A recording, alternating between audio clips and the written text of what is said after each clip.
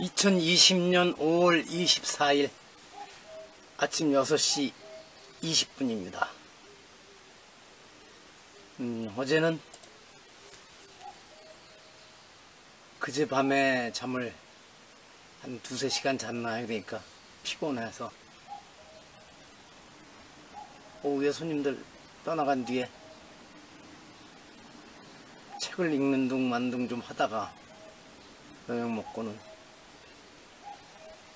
바로 누우면 안 될 것 같아서 샤워하고 족욕하면서 소설 읽는데 안 읽어지더라고요. 그래서 족욕도 일찍 마치고 7시 반쯤 잠자리로 갔어. 뭐 하다가 8시쯤엔 완전히 잠자리로 들었는데 곧바로 잠은 안 들고 그래도 9시 전에는 잠이 든 것 같습니다. 그래서 아침 7 중간에 잠시 한번 깨긴 했지만 4시 반 정도까지 잤으니까 제 기준으로는 아주 잠을 많이 잔 겁니다. 오늘 산뜻합니다. 아침부터 빗방울이 조금씩 떨어지기 시작하네요.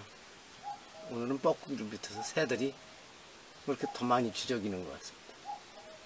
비 오기 전에 많이 노래를 불러보고 싶은 건지 그렇습니다. 어제는 참 바로 뒤에 소나무 씨가 떨어져서 싹이 난 게 아주 작은 게 눈에 띄었어요.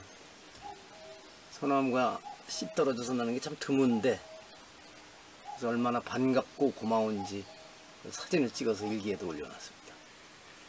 자, 오늘 일기는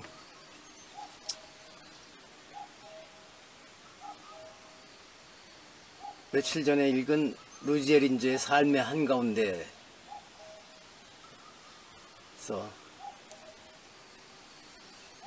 그 니나를 참 사랑하는 그 의사 남자의 일기의 한 대목을 먼저 읽어보겠습니다.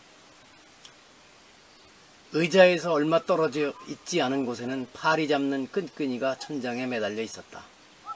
악교를 바른 이 끈끈이에 파리가 붙어 있으면 처음 얼마 동안은 여기에서 벗어나려고 필사적으로 노력한다. 그러나 이 노력은 점점 무방해져서 결국은 질긴 약종이에 얽혀 비참한 죽음을 당하게 마련이었다. 이 끈끈이 종이는 이미 파리 시체들로 새까맣게 덮여 있었다. 나는 달콤한 악교를 향한 파리의 탐욕이 그들의 생존 본능보다 더 강하다는 것을 이상하게 생각했다. 그들은 시체 냄새를 맡지 못한다는 말인가? 날개를 붕붕대다가 결국은 죽어가는 파리들의 절망이 그들에게는 경고가 되지 않는다는 말인가? 제가 이 대목을 읽고서 그날 독서일기에 듣고 친한 버스에게도 보냈습니다. 어찌 보면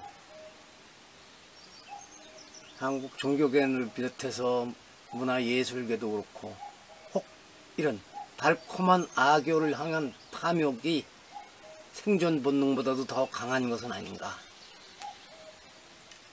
그러니까 특정 종교를 가릴 것 없이 결국은 국민의 세금으로부터 나오는 정부 지원금에 갈수록 목을 매달고 있고, 근데 자주 얘기합니다만 돈에는 꼬리표 없는 돈이 없는데 언제 어떤 식으로 그것이 비수가 되어 올지도 모르는데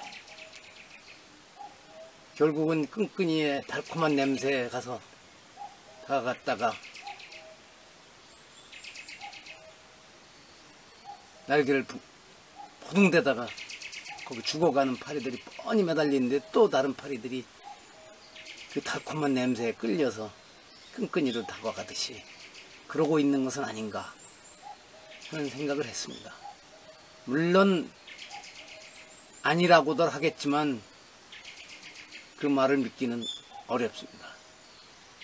아마 그럴 것입니다. 내 당대에는 내가 이것을 책임지고 있는 동안에는 그런 일이 없을 것이다. 개인이나 모두 그런 걸 후손으로 물려주고 있는 것이죠. 부담과. 그래서 또 2013년에 읽은 다른 책이 마침 오늘 아침에 제가 옛날에 읽은 책들 소개하는 코너에다 놓아놨는데, 일본에서도 기적의 사과라고 있습니다. 10여 년 계속 실패하다가 어느 순간 왜 산에서 자라는 나무들은 저렇게 잘 자라는데 내가 기르는 과수원의 사과나무는 실패할까를 고민하다 보니까 자연 속에서 저절로 자라는 나무들은 뿌리를 깊이 박더라. 해충에도 강하고. 그래서 그 다음에 사과를 심고 가지치기도 안 하고 비료 안 주고, 아예 화학 비료만 안 주는 것이 아니라 유기질 비료도 안 주고 그대로 자연 상태에 방치를 해고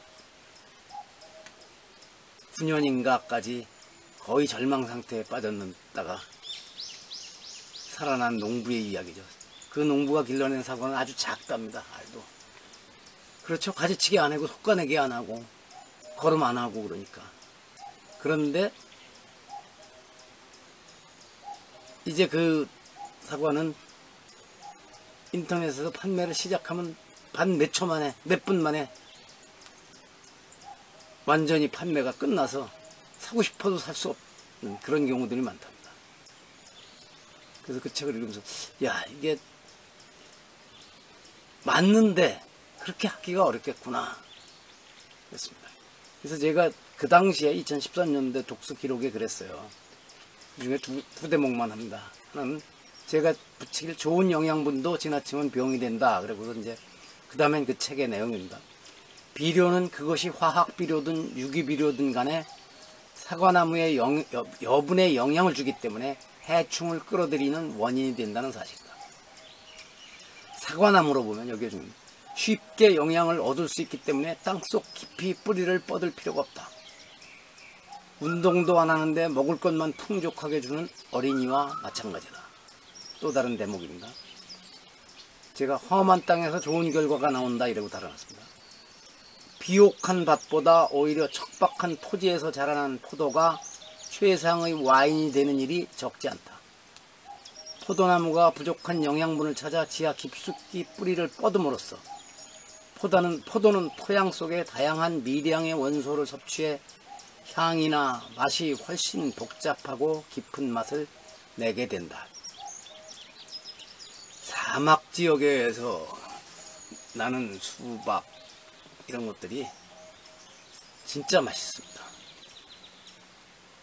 원래 아마 옛날부터 포도나 이런 게 좀 서쪽에 그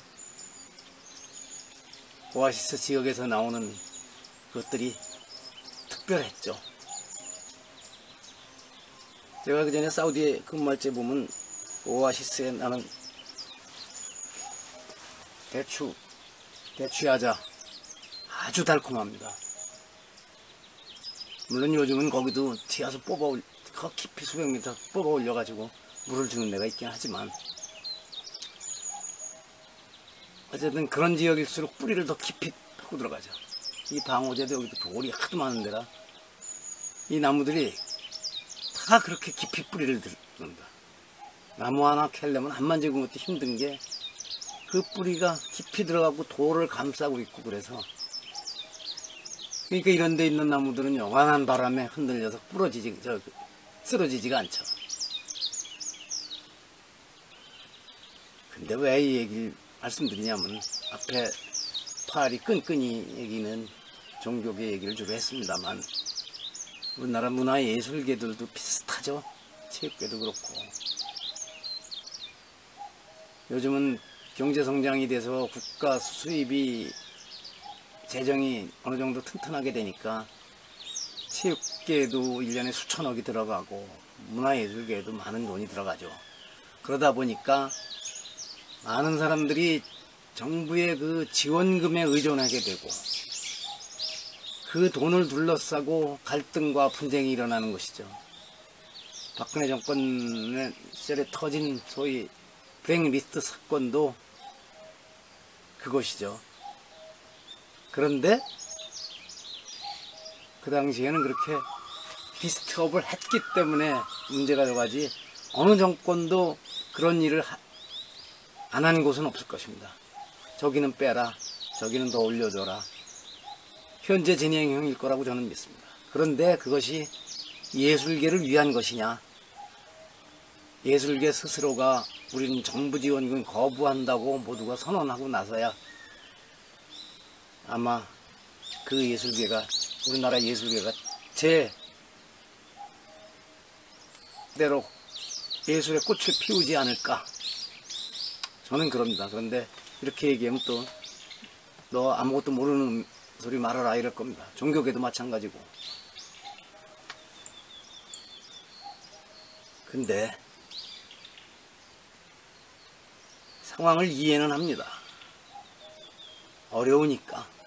예술계도 그렇고 종교계도, 특히 불교계 현재 상태가 어려우니까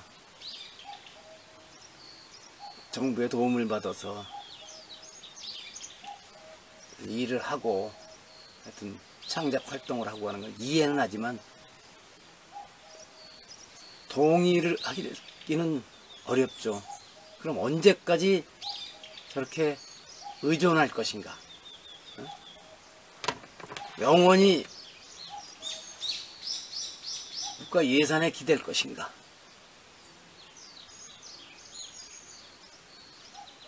흔히 종교계도 그렇고 체육계도 그렇고 문화예술계도 뭐라고 하느냐면 정부는 예산 지원만 하고 간섭은 말아라 그래요. 근데 돈을 그냥 주고 간섭이라는 말 대신 관리 감독은 해야죠. 잘 쓰는지 이 정도는 해야죠. 이번에 어디같이 몇 억씩 받았는데 제대로 회계 처리도 안 돼 있고 그러면 말도 안 되죠. 근데 제가 참 이해할 수 없습니다. 저도 20몇 년 전에 맡아서 하던 단체, 그 당시 정부 예산 그래봐야 뭐 1,000만원, 2,000만원 받아도 얼마나 꼼꼼하게 정리를 하고 그거 정산하러 가면은 담당 사무관한테 이건 안 된다 뭐 참 지적도 받고 그랬었습니다.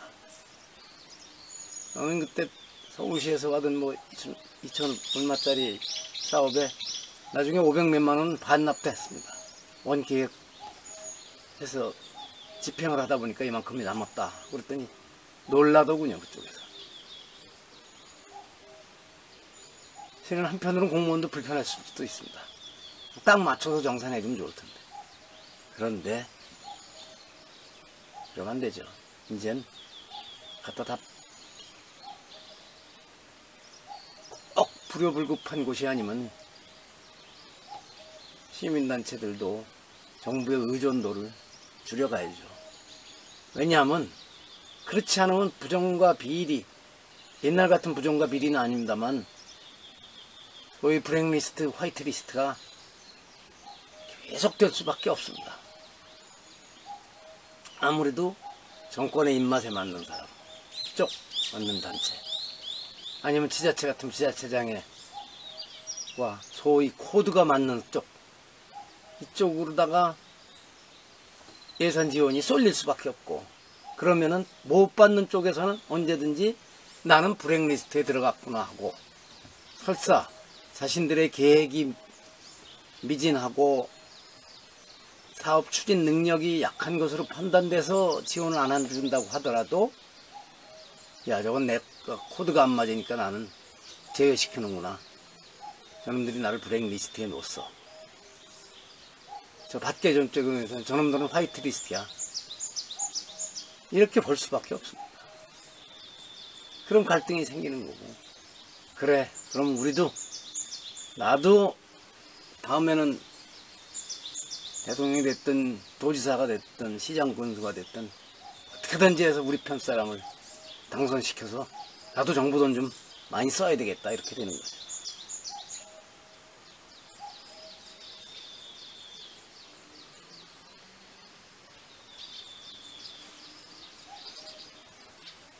저는 아까 맨 처음에 말씀드린 그 루이제 린저의 삶의 한가운데 그 대목, 달콤한 아교를 향한 파리의 탐욕이 그들의 생존 본능보다 더 강하다, 이 말을 읽으면서 늘 이렇게 생각을 해오고 있던 문제이긴 하지만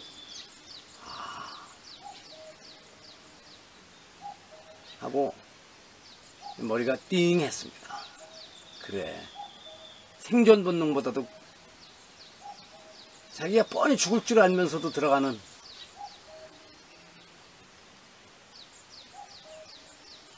이 달콤함에 대한 유혹을 뿌리치지 못하는 것. 그래서 파리뿐인가? 우리가 그러고 있구나. 그런 생각을 한참 했습니다. 그러다가 마침 또 전혀 관계가 없는 것 같으면서도 기적의 사과를 오늘 아침에 다시 들춰볼 일이 있어서 그 얘기까지 하게 됐습니다. 어제는 그냥 또 일상으로 돌아갑니다. 어제는 그저께 찾아왔던 그 문체부의 옛 동료들과 컵 그중에 잘해주고 나가서 또 고달서도 돌아보고 이러고 했습니다.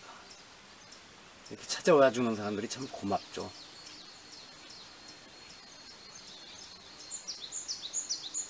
당분간 그래도 이렇게 저를 찾아주는 분들이 앞으로도 계속 있을 것 같습니다. 외롭지 말라고 위로 격려해주는 분들도 있고,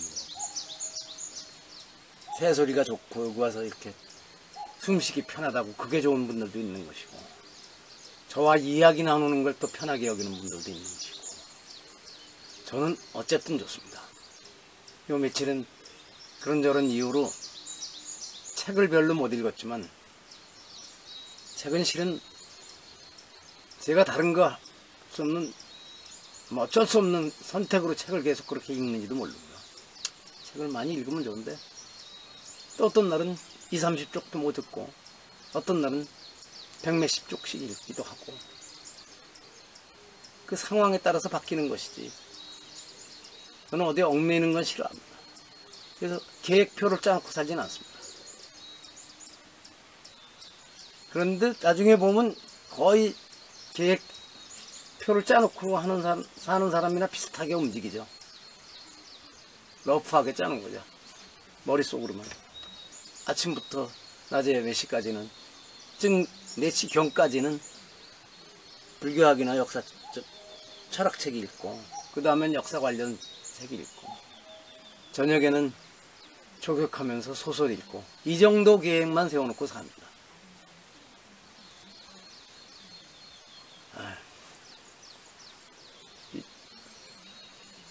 오늘은 동서양 공서고금의 어떤 명언이나 이런 걸 가지고 말씀드리지 않고, 이렇게 소설 속의 이야기로 몇 대목을 가지고 말씀을 드려봤습니다. 가능한 정치 관련 얘기는 안 하려고 했는데, 또 하다 보면 또 제가 대한민국 국민인지라 정치 얘기를 하게 되네요.